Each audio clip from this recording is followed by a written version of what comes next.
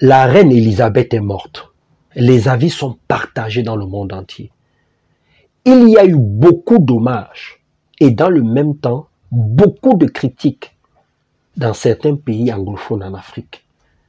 Lorsque vous regardez les débats télévisés au Ghana, au Nigeria,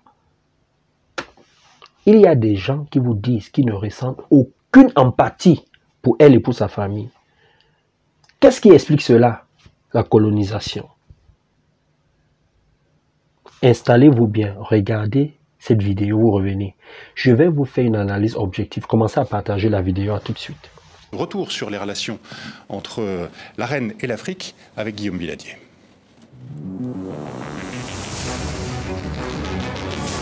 Il était une fois une princesse qui apprit qu'elle montait sur le trône d'Angleterre en plein safari. The tragic news reached Princess Elizabeth and her husband while in Kenya, and the new queen left immediately for London. Est-ce d'avoir appris la mort de son père au cœur de l'Afrique qui l'a à jamais lié aux Africains? Tout au long de son règne, Élisabeth II n'a eu de cesse de renforcer les liens de son royaume avec le continent. Pourtant, quand elle arrive au pouvoir, l'Empire britannique vit ses dernières heures. Afrique du Sud, Rhodésie, Sierra Leone, les unes après les autres, les colonies africaines prennent leur indépendance. À ces nouveaux pays en recherche de financement, l'Union soviétique promet beaucoup d'argent. C'est le cas du Ghana que la jeune souveraine décide de visiter en 1961 contre l'avis du parti conservateur au pouvoir à Londres et de Winston Churchill. À Accra, elle rencontre le très autoritaire président Nkrumah et contre toute attente s'accorde même une danse avec lui. Les photos choquent au Royaume-Uni, mais les Ghanéens sont impressionnés. Leur pays est traité d'égal à égal par l'ancien colonisateur. Est-ce une conséquence? Même rapproché de l'URSS, le Ghana ne quittera jamais le Commonwealth. Tout en respectant son devoir de réserve, Élisabeth II n'hésite pas à rencontrer des dirigeants contestés par le gouvernement britannique. En 1979, en pleine guerre de Rhodésie, elle tient tête à Margaret Thatcher. La première ministre soutient les suprémacistes blancs. La reine, elle, se rend dans les pays voisins, Zambie, Malawi, Tanzanie, qui soutiennent le futur président du Zimbabwe, Robert Mugabe. Surtout, pendant plus de 40 ans, la reine ne se rend pas en Afrique du Sud. Pas question de cautionner le régime d'apartheid. I am delighted to welcome you to Buckingham Palace. Ce n'est qu'après la libération de Nelson Mandela, puis son élection, qu'elle se rendra au Cap et même à Soweto. Mandela et son ami, oubliez le protocole, Elisabeth et Nelson s'appellent par leur prénom. En 70 ans, Élisabeth II aura effectué 21 tournées en Afrique. Parmi les derniers pays qu'elle aura visités, l'Ouganda qui a même baptisé le plus fréquenté de ses parcs nationaux, Parc Reine Elisabeth. Les réactions des dirigeants africains ont été unanimes. En revanche, les réactions de la société civile, ont été beaucoup plus, ont été différentes. Dans les sociétés, il n'y a pas que des hommages, il y a aussi quelques critiques liées à l'histoire du Royaume-Uni. Au Nigeria, par exemple, où un rédacteur en chef d'une publication en ligne, Minority Africa, dit « Nous n'avons aucun devoir d'empathie après la mort de la reine Elisabeth ». Vous savez quoi? Lorsque je regarde ces images, je prends de plus en plus conscience que rien n'a changé depuis plus de 400 ans. Pendant l'esclavage, les esclaves des champs se plaignaient de leurs maîtres, des Blancs. Les esclaves des champs disaient qu'on ne les traitait pas bien.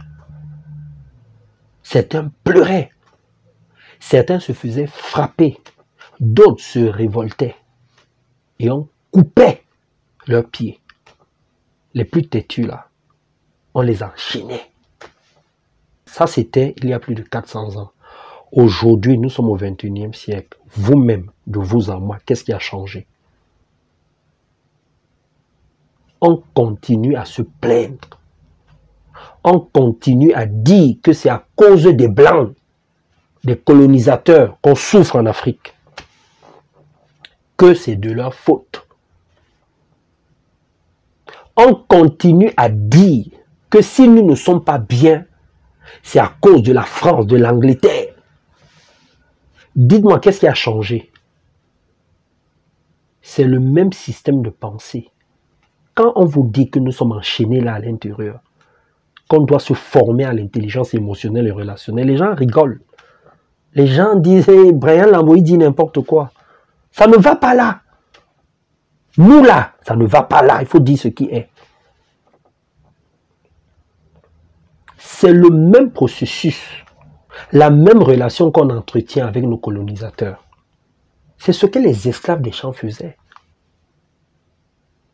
Regardez les débats télévisés en Afrique.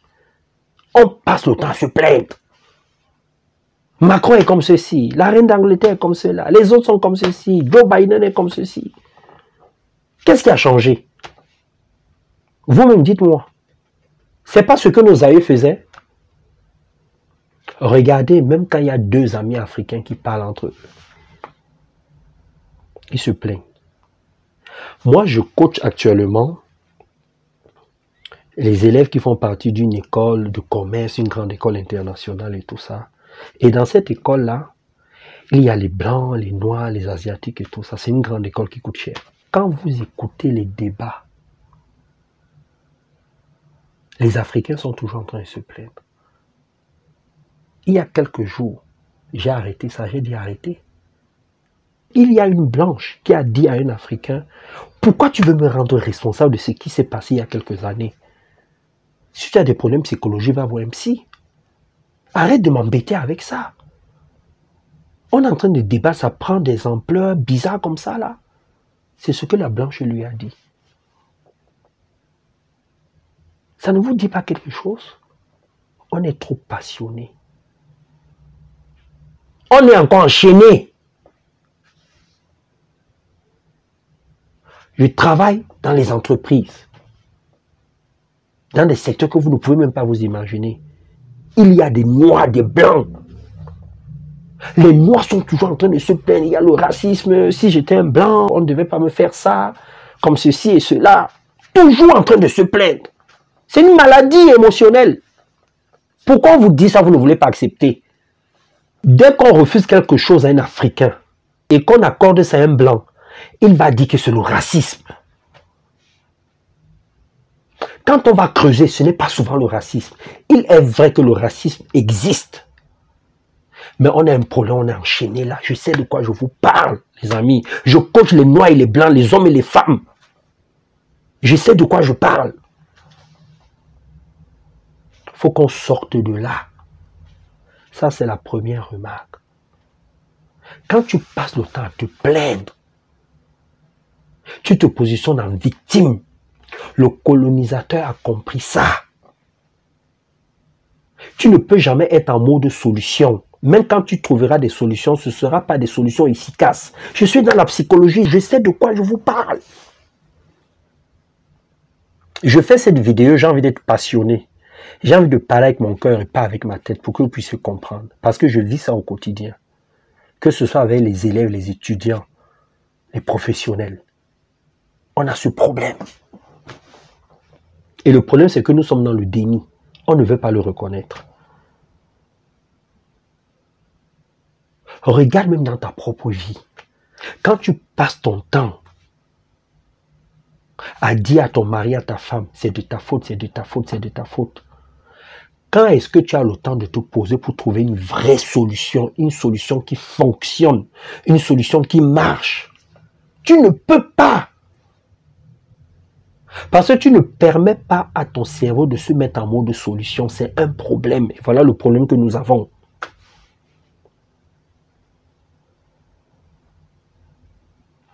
Le deuxième problème que nous avons, quand je regarde cette vidéo, c'est que on est toujours en train de frapper, en train d'accuser les esclaves de maison.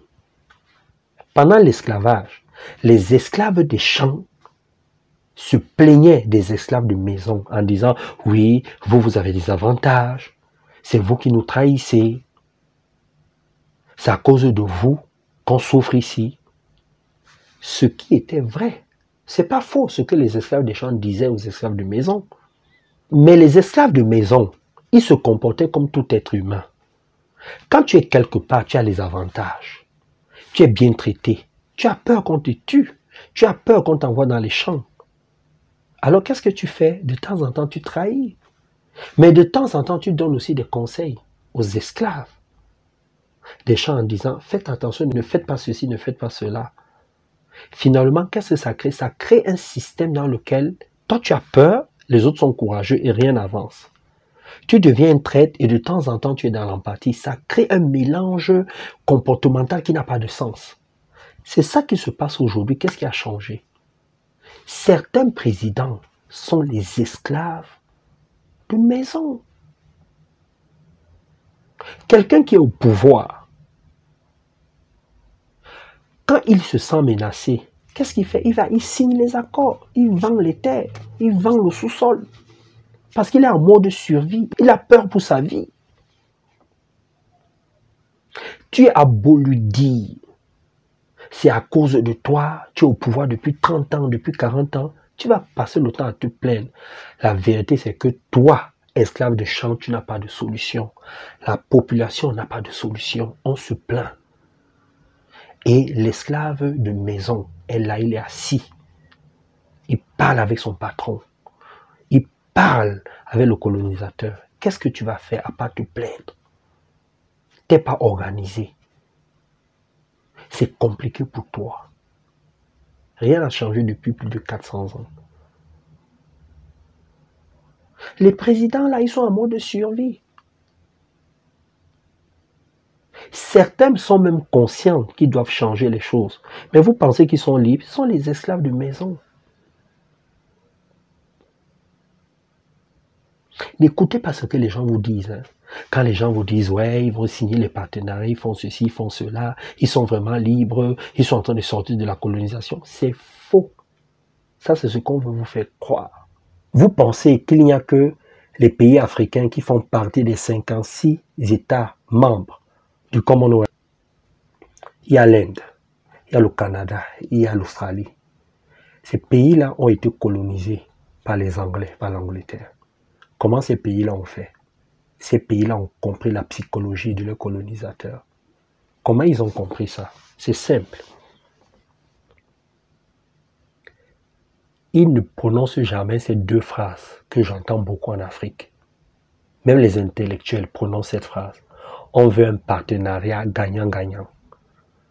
Traitez-nous d'égal à égal. Comment tu peux dire les choses comme ça? Dans la psychologie, moi, si je te coach, je vais t'interdire de dire ce genre de phrase. Parce que psychologiquement, ça prouve que tu as un complexe d'infériorité. Ça te met en position basse. Et ton colonisateur comprend ça. Parce que ton colonisateur est formé à la psychologie. Il sait comment ça marche. C'est lui qui a créé la diplomatie.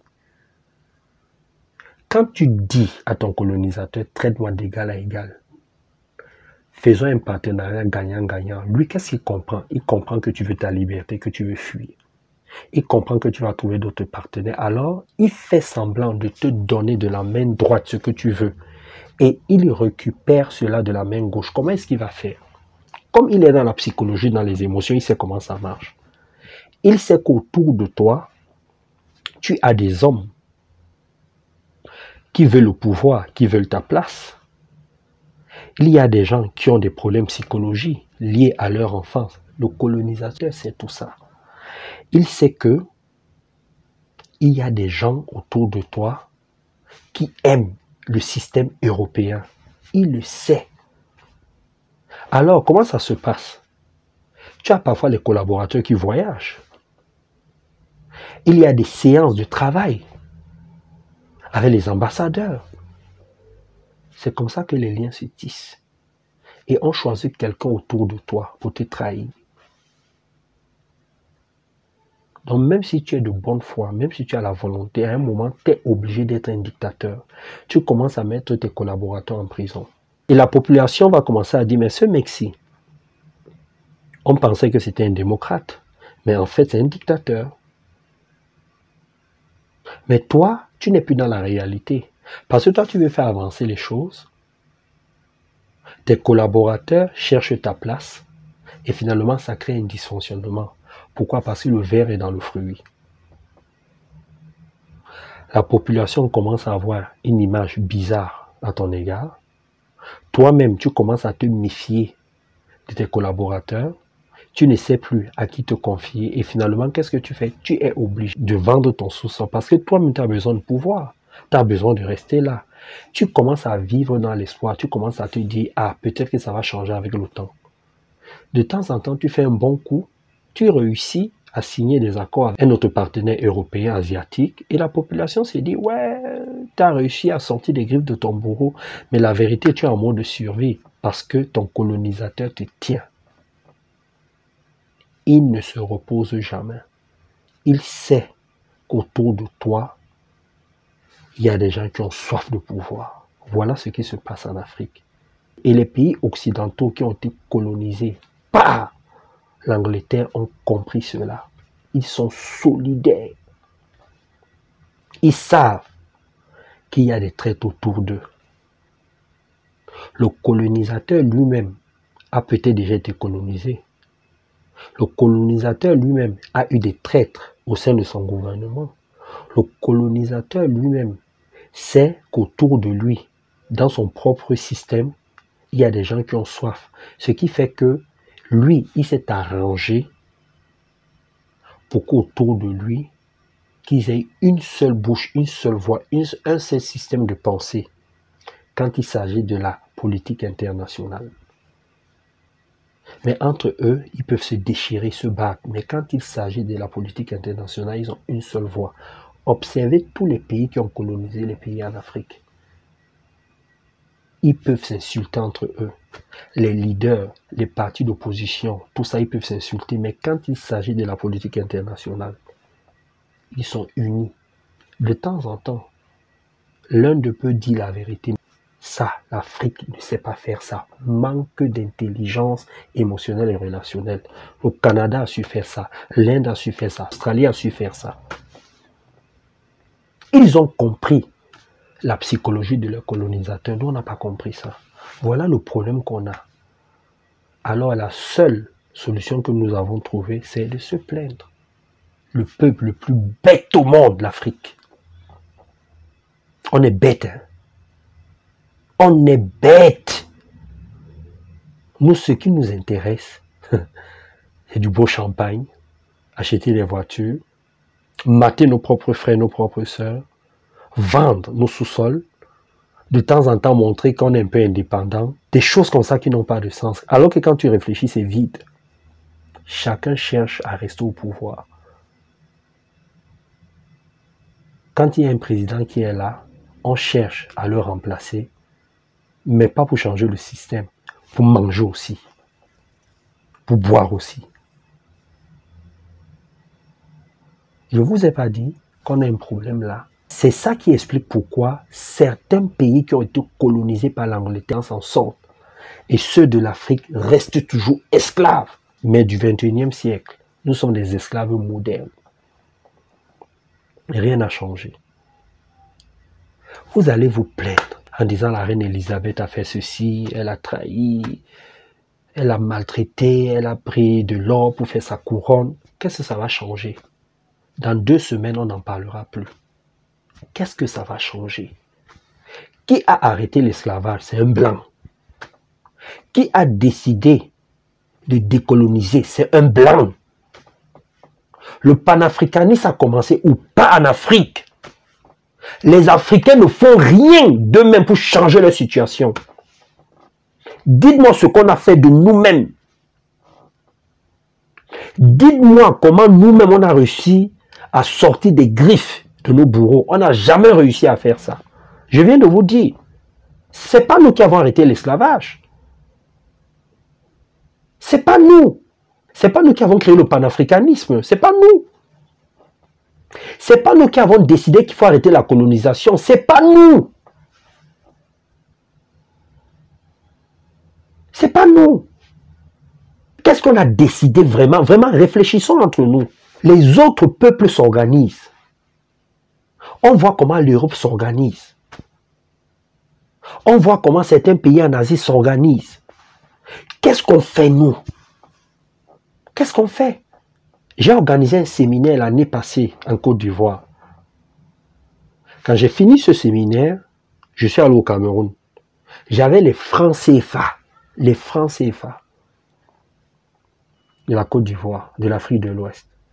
On m'a dit que je ne pouvais pas les utiliser au Cameroun. Il y a un problème. Qu'est-ce qu'on fait de nous-mêmes? C'est un exemple basique, ça.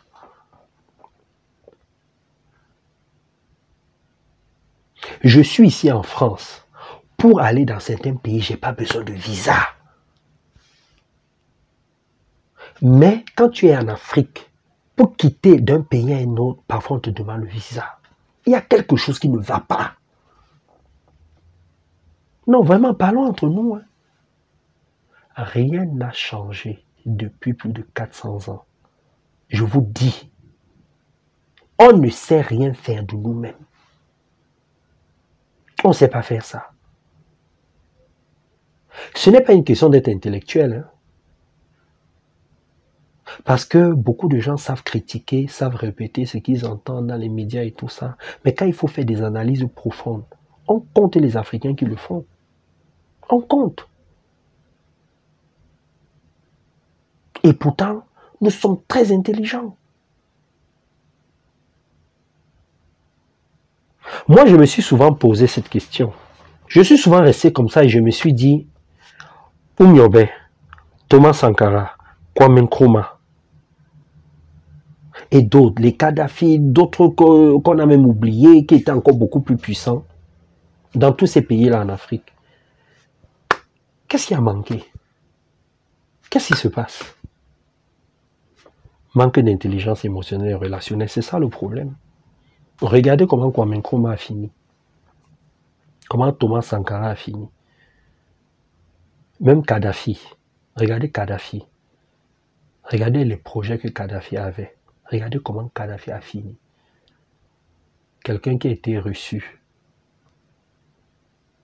à l'Élysée. On a tout bloqué pour lui. Regardez comment il a fini.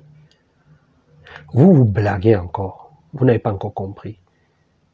Donc, le secret ici, c'est la psychologie relationnelle. L'intelligence émotionnelle et relationnelle. Tu dois comprendre comment fonctionne ton colonisateur.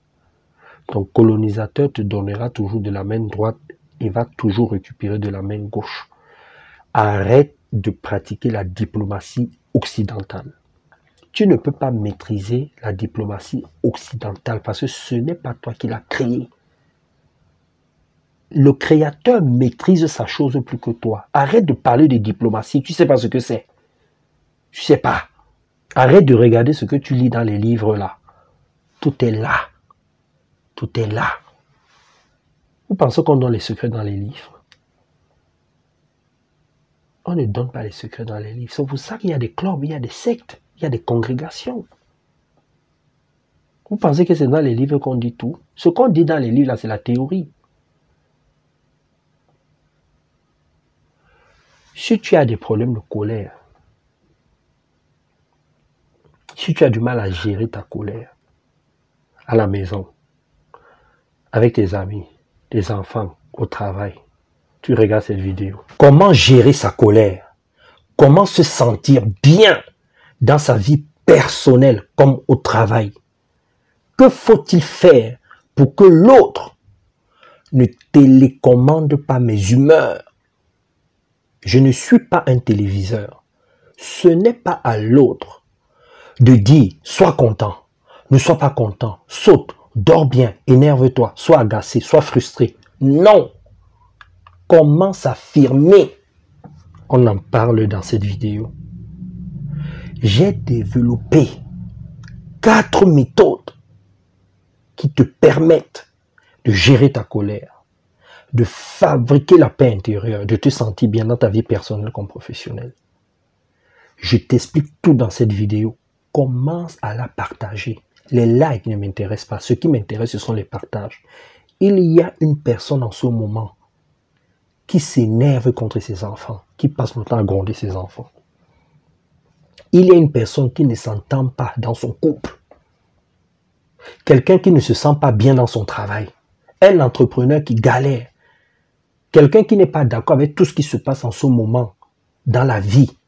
Il y a des gens qui se sentent mal parce qu'ils entendent des choses bizarres à la radio. Ce qu'ils regardent à la télé ne leur plaise pas. Et il y a des gens qui n'aiment pas ce qu'ils lisent dans les journaux.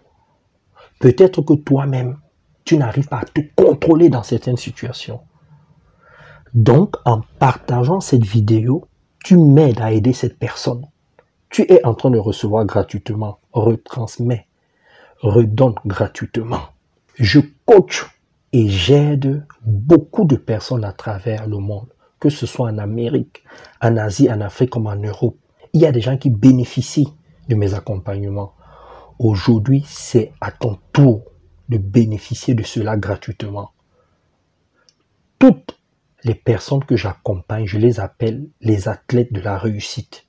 Si tu veux être un athlète de la réussite, partage cette vidéo, abonne-toi à ma chaîne YouTube et suis-moi sur Facebook, sur Instagram et sur TikTok. Tu regardes cette vidéo, tu reviens et tu prends un stylo bleu, un stylo rouge, un cahier en tant qu'athlète de la réussite.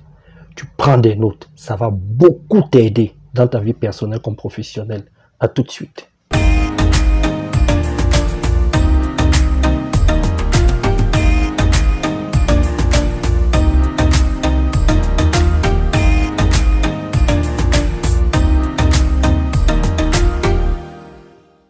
Toutes les violences que vous voyez dans les couples, les guerres dans le monde entier entre les nations, des gens qui ne se parlent plus, des gens qui dorment mal. Tout ça vient de 4 sentiments, de 4 énergies. Je vais vous parler de ça là tout de suite. Mais avant de vous donner ces 4 sentiments-là, il y a une information cruciale, importante, que vous devez intégrer. Pas seulement comprendre, mais intégrer. C'est que la plupart des gens entrent en relation pour des mauvaises raisons. Je m'explique. Qu'est-ce qui te pousse à entrer en couple dans une relation amoureuse? Qu'est-ce qui te pousse à aller travailler? Pourquoi tu veux faire des enfants? Pourquoi tu veux vivre dans tel endroit? Pourquoi tu veux voyager? Pourquoi tu veux t'acheter des vêtements, des voitures, des chaussures, etc., etc. Pourquoi tu aimes le luxe? Pourquoi tu aimes quand c'est simple? Il y a une raison que tu ignores. Tu peux être bien intentionné, mais tu ignores pourquoi tu fais ça. Parce que tu fonctionnes avec 70% de l'inconscient. Cette raison, c'est celle-ci. C'est que tu cherches à combler un vide. Qu'est-ce que ça veut dire en français simple, combler un vide? Je te donne quelques exemples. Si dans ta vie, tu as manqué d'argent, à un moment dans ta vie, tu as manqué d'argent, tu vas entrer dans une relation amoureuse par exemple. Toi, tu vas vouloir sortir, t'acheter des vêtements, avoir du luxe chez toi, acheter une belle voiture, acheter tout ce qui va te permettre de te prouver que tu as de l'argent. Ça, c'est ton vide, parce que tu as manqué de l'argent. L'autre a un autre vide que tu ne sais pas. Si il trouve anormal ton comportement parce qu'il a un autre vide, vous n'allez pas vous entendre. Ça va créer des frustrations entre vous. Et tu ne comprendras pas, vous allez commencer à vous insulter, à vous accuser. Parce que vous n'avez pas les mêmes vides. Vous ne cherchez pas à combler le même vide. Vous n'avez pas les mêmes besoins. C'est ça que ça veut dire. Si petit, papa, maman ne communiquaient pas avec toi, quand tu vas entrer dans une relation, tu vas vouloir tout le temps échanger. Ça, c'est ton vide à toi. C'est ton besoin à toi. Le fait de communiquer avec l'autre, tu es en train de combler ton vide. Si l'autre n'a pas le même vide, il ne va pas vouloir parler. Et toi, tu vas te dire, il ne veut jamais parler. Mon mari, ma femme ne veut jamais parler. Ça va créer des problèmes jusqu'au divorce, jusqu'à la séparation. Vous n'avez pas les mêmes vides. Je te prends l'exemple en tant qu'entrepreneur. Si, par exemple, quand tu étais petit, on ne te félicitait jamais, on ne t'appréciait jamais, on n'était jamais content de toi. En tant qu'entrepreneur, tu vas vouloir faire des choses qui vont révolutionner le monde.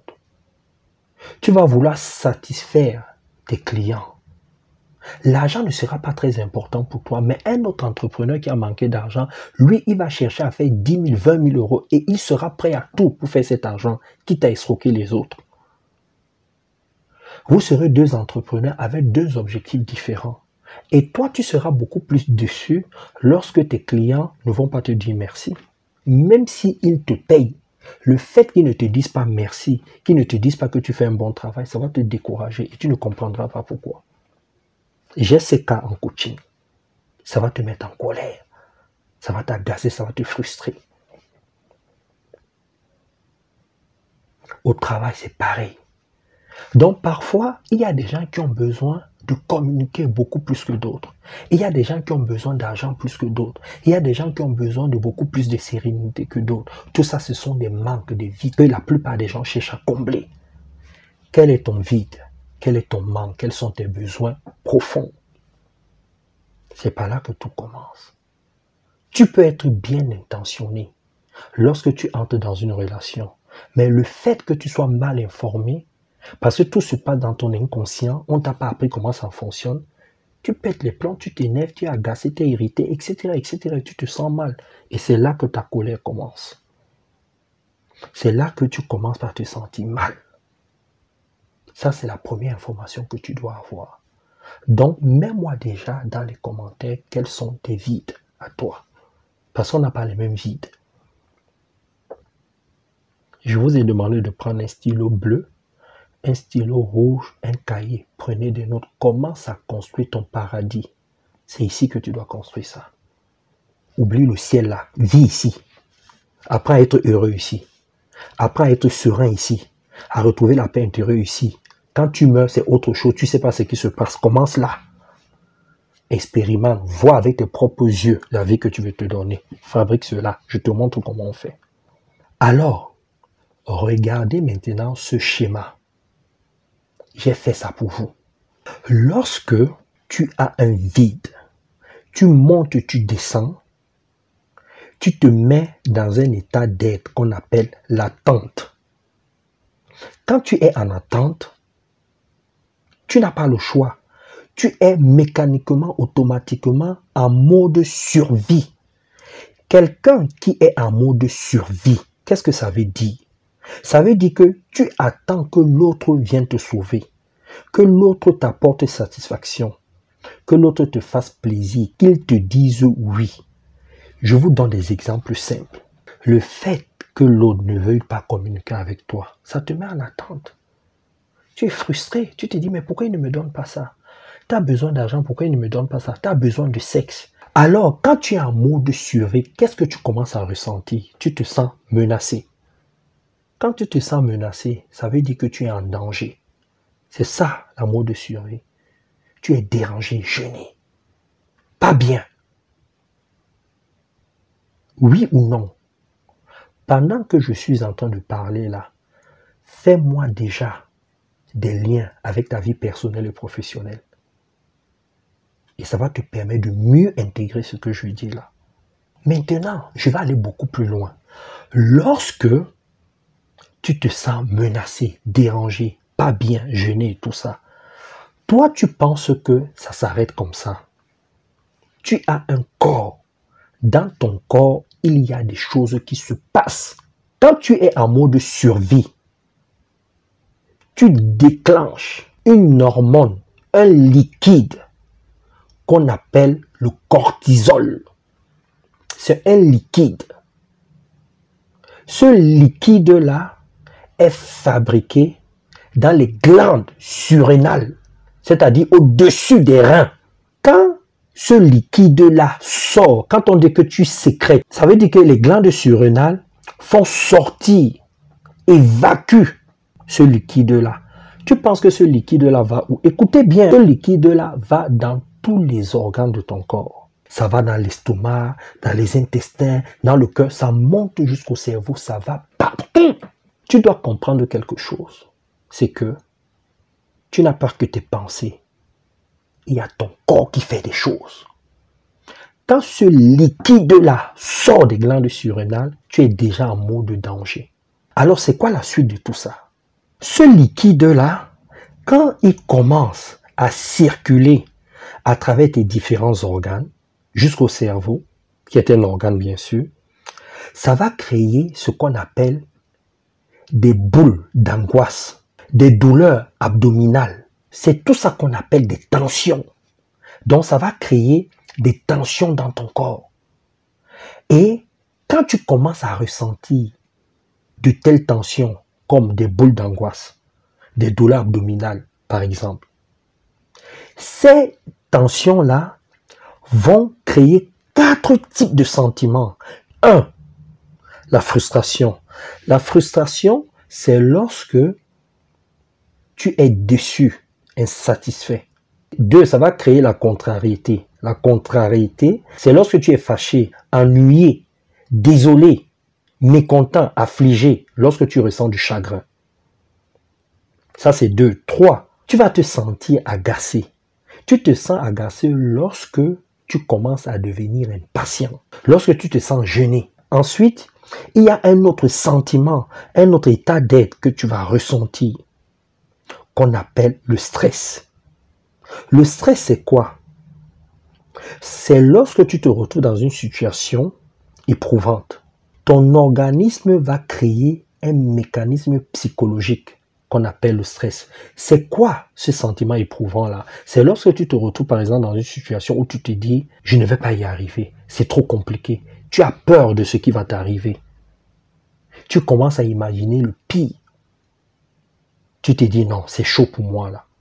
Tu commences à ressentir des choses bizarres, de l'insécurité. C'est ça qu'on appelle le stress.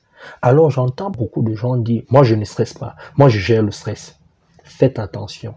Et j'entends aussi beaucoup d'Africains dire « il n'y a que les Blancs qui stressent ». Ce n'est pas vrai. Hein. Tout le monde stresse. La plupart des gens stressent. Ça fait 2 ans que je coach beaucoup d'Africains.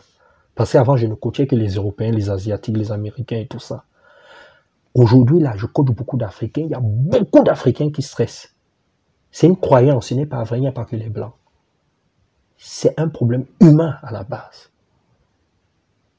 Vous avez vos stylos bleus et rouges et votre cahier. Lorsque tu ressens ces 4 sentiments, ces 4 énergies-là, ça devient lourd pour ton corps. Ça devient lourd pour tes différents organes. C'est trop pour ton cerveau, pour ton estomac, tes intestins, tes articulations, tes muscles et tout ça. Le corps commence à peser. Il ne te reste qu'une seule chose, c'est d'évacuer cela, c'est de faire ressortir cela. Parce que ton âme, ton esprit ne supporte plus cela. Et c'est à ce stade-ci que la plupart des gens commencent à manquer d'intelligence relationnelle et émotionnelle. Je vous ai dit que c'est ma spécialité. 1. Qu'est-ce que les gens font? Les gens vont chercher à se défouler sur les autres. Se défouler, c'est quoi? C'est faire ressortir cette tension que ton corps ne supporte plus, que ton cerveau ne supporte plus, que tes muscles ne supportent plus. Mais comme vous êtes bien intentionné mais mal informé, vous prenez cette énergie et vous donnez à l'autre. C'est à ce stade-ci que vous voyez parfois un couple se battre, un couple s'insulter. Ils ne font que se défouler. Tu vois quelqu'un, il crache sur sa femme, sur son mari. Il frappe sur son enfant. Tu vois un patron du jour au lendemain, il veut te virer. Il ne veut plus entendre parler de toi. Si c'est dans le cadre amical, tu ne veux plus parler à l'autre. Tu fermes ton téléphone. Tu vois un pays qui entre en guerre avec un autre pays. Ça s'appelle le défoulement. Tu es en train de ressortir toute ta tension. Mais comme tu ne sais pas comment entrer en relation avec l'autre, avec les gens, avec les choses, avec l'environnement, avec le temps, avec tes différents organes, avec toi-même, avec ton cerveau, qu'est-ce que tu fais? Tu sors ça comme ça bêtement. C'est un manque d'intelligence émotionnelle et relationnelle. On n'est pas seulement en relation avec les autres. Donc ici, il faut qu'on vous montre comment ressortir cette tension que vous ressentez dans tout votre corps. Donc 1, c'est le défoulement. Ça, c'est une technique mécanique que les gens utilisent. Observez dans quel état vous vous trouvez souvent. Quand vous êtes agacé, quand vous êtes contrarié, quand vous êtes frustré, quand vous ressentez le stress. Vous vous défoulez. D'autres, au lieu de se défouler, vont chercher à se soulager. Qu'est-ce que ça veut dire se soulager? Parfois, quand vous êtes énervé, agacé, contrarié, lorsque vous ressentez le stress, qu'est-ce que vous faites? Vous comblez cela, soit en faisant du sport, c'est une façon pour vous de vous soulager. Vous allez vous soulager pour calmer cette tension-là. D'autres personnes vont chercher à faire l'amour. D'autres personnes vont chercher à faire des courses, vont voyager. C'est une forme de défoulement, mais en psychologie, dans les neurosciences, ça s'appelle plus du soulagement. C'est un peu plus technique. J'aurai le temps de vous expliquer ça dans une autre vidéo. Vous vous soulagez. La plupart des gens se soulagent sur les autres. Rappelez-vous ce que je vous ai dit en amont. Que vous voulez que l'autre vous fasse plaisir. Que l'autre soit votre sauveur. Qu'il vous dise oui. Quand l'autre vous dit oui, ça calme la tension. Si l'autre vous dit non, ça accélère la tension. Vous vous défoulez ou vous vous soulagez.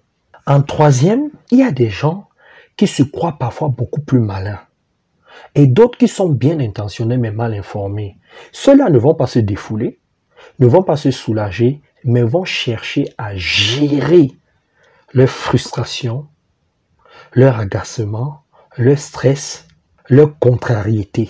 Mais seulement que comme ils ne savent pas comment faire, inconsciemment, ils vont garder à l'intérieur de tout cela. Et ça va créer des secousses émotionnelles, des secousses psychologiques. Et c'est là que vous voyez parfois une personne qui est tout le temps calme. Quand vous voyez cette personne, vous vous dites, elle maîtrise tout, elle sait gérer. Et un jour, elle pète les plombs. Cette personne est comme une bouteille d'eau gazeuse. Vous voyez une bouteille d'eau gazeuse là, ou le coca, ou peu importe, une boisson gazeuse. Quand vous la secouez, si vous l'ouvrez, elle explose. Il y a des gens comme ça. La plupart des gens qui réagissent de cette façon-là sont parfois des personnes qui sont persuadées qu'elles savent gérer. C'est soit des personnes qui ont lu des livres, qui ont regardé des vidéos sur YouTube, sur la colère, et qui appliquent mal, mais ne savent pas qu'elles sont en train de mal appliquer. Voilà les 3 états d'être dans lesquels vous vous retrouvez lorsque vous fabriquez du cortisol à forte dose. 1. Vous vous défoulez. 2. Vous vous soulagez. 3. Vous cherchez à gérer. Maintenant, écoutez-moi bien. Je vais entrer dans des choses beaucoup plus profondes. Toutes les personnes qui pensent qu'elles peuvent gérer la colère, c'est un leurre. Faites attention à ce que vous lisez dans les livres, à ce que vous écoutez, vous regardez parfois dans les réseaux. Tu ne peux pas gérer la colère. La colère est une émotion naturelle.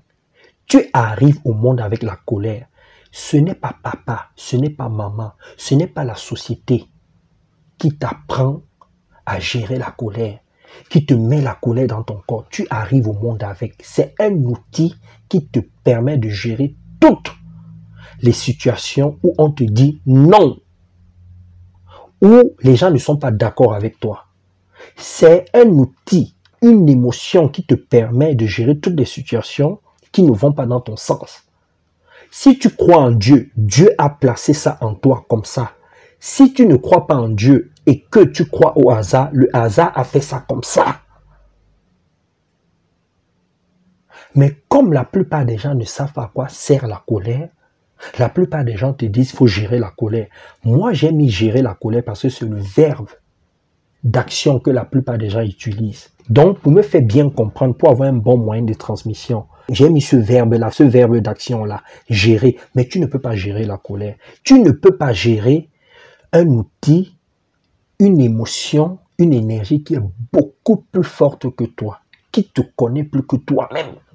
Donc, ce n'est pas toi qui es à l'origine. Tu ne peux pas. Déjà que quand tu es à l'origine de certains maux, de certaines difficultés que toi-même tu as créées, tu as du mal à les gérer. C'est la colère que tu n'as pas créée que tu sauras gérer. Toi-même réfléchis. C'est logique ce que je dis. C'est la vie, c'est Dieu, c'est le hasard qui a créé cela. Tu ne peux pas gérer. La colère te connaît plus que toi-même. Ce que la plupart des gens ressentent, ce sont les 4 énergies-là. La frustration, la contrariété, l'agacement et le stress. Et ce qui déclenche tout ça, c'est que les gens fabriquent le cortisol à forte dose. Vous devez comprendre quelque chose. Je reste toujours dans les neurosciences et dans la physiologie. Vous devez comprendre quelque chose, c'est que le corps est bien fait, c'est un labyrinthe. C'est un outil, un véhicule intelligent. Le corps est fait pour fabriquer le cortisol à faible dose, pour créer l'équilibre dans le corps. Pourquoi le corps fabrique le cortisol à faible dose? C'est pour que tu sois constamment dans la prudence. La prudence, ce n'est pas la peur. Les glandes surrénales fabriquent du cortisol pour que tu puisses gérer des situations d'insécurité à travers la prudence, qui est une émotion naturelle que ce n'est pas toi qui as fabriqué. C'est la vie, c'est Dieu, c'est le hasard qui a fabriqué cela. On ne t'apprend pas cela. Tu arrives au monde avec la prudence. Observez vos enfants, les mères de famille, là, quand vous avez un bébé. Quand il y a du bruit fort, le bébé, il pleure tout de suite. C'est la prudence. On ne lui a pas appris à crier, il crie naturellement. Ce n'est pas toi qui as dit à ton enfant, crie comme ceci, crie comme cela. Non, il arrive au monde avec cette capacité de dire qu'il y a quelque chose qui ne va pas, qu'il se sent en insécurité. Ça s'appelle la prudence. Donc, il pleure, il crie. Et c'est pour ça que le corps, mécaniquement, sur le plan physiologique, sécrète le cortisol à faible dose. Quand toi, tu es frustré, quand tu es contrarié, quand tu vis le stress, quand tu es agacé, tu pousses ton corps à en fabriquer beaucoup plus, donc ça devient un poison. Quand ça va dans tout ton corps là, ça crée des douleurs abdominales, tu as mal au dos, tu commences à avoir mal aux articulations, tu te sens mal, tu ne dors pas bien, ça vient perturber ton sommeil parce que le corps n'est pas fait pour fabriquer le cortisol à forte dose. Mais comme on a le libre arbitre, on peut faire tout ce qu'on veut et comme on ignore beaucoup de choses, dans un livre sacré, on dit que mon peuple meurt parce qu'il lui manque de la connaissance.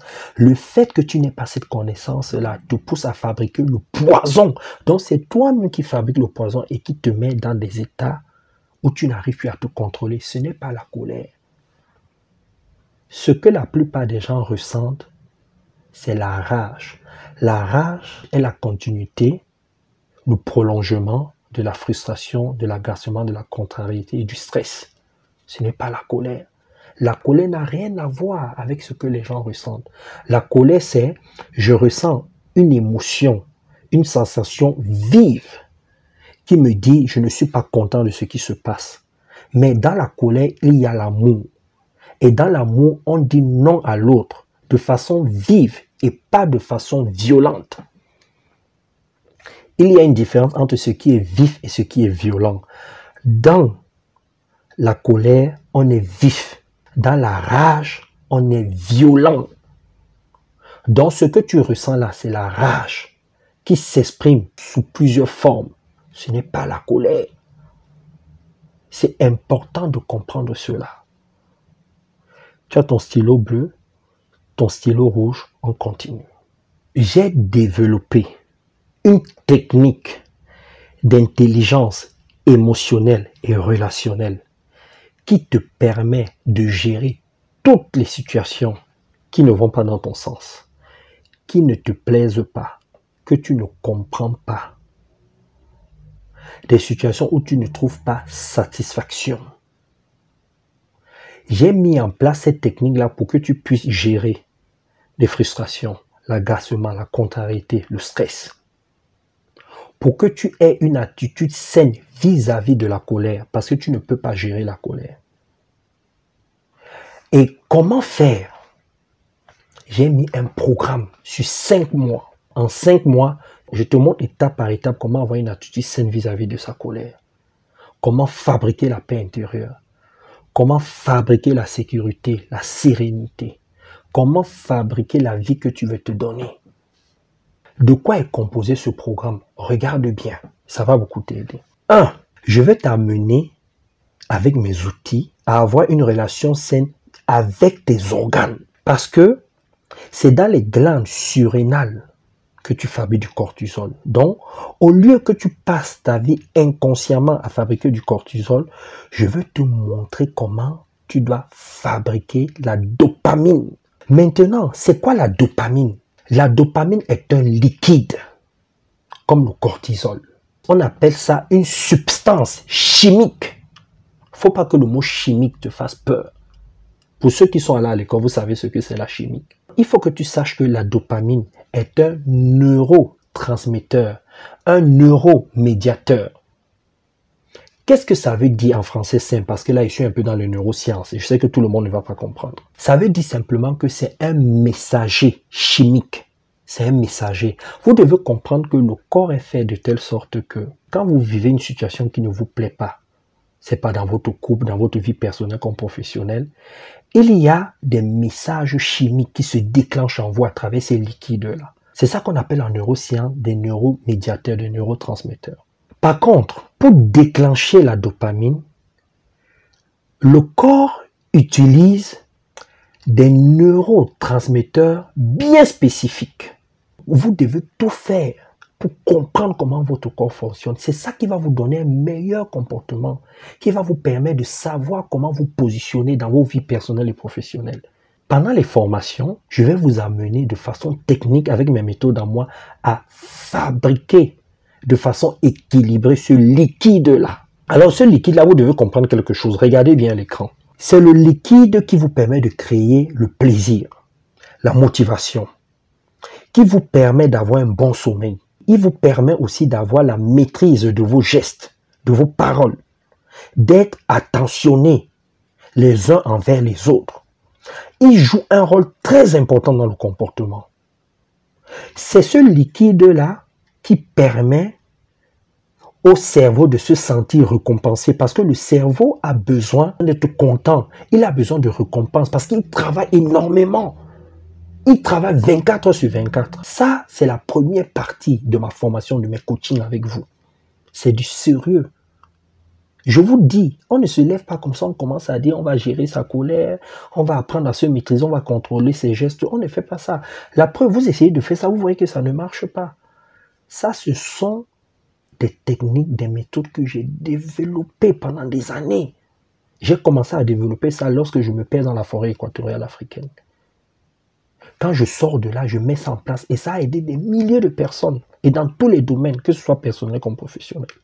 Par contre, je ne vais pas que vous aider à sécréter de façon équilibrée la dopamine.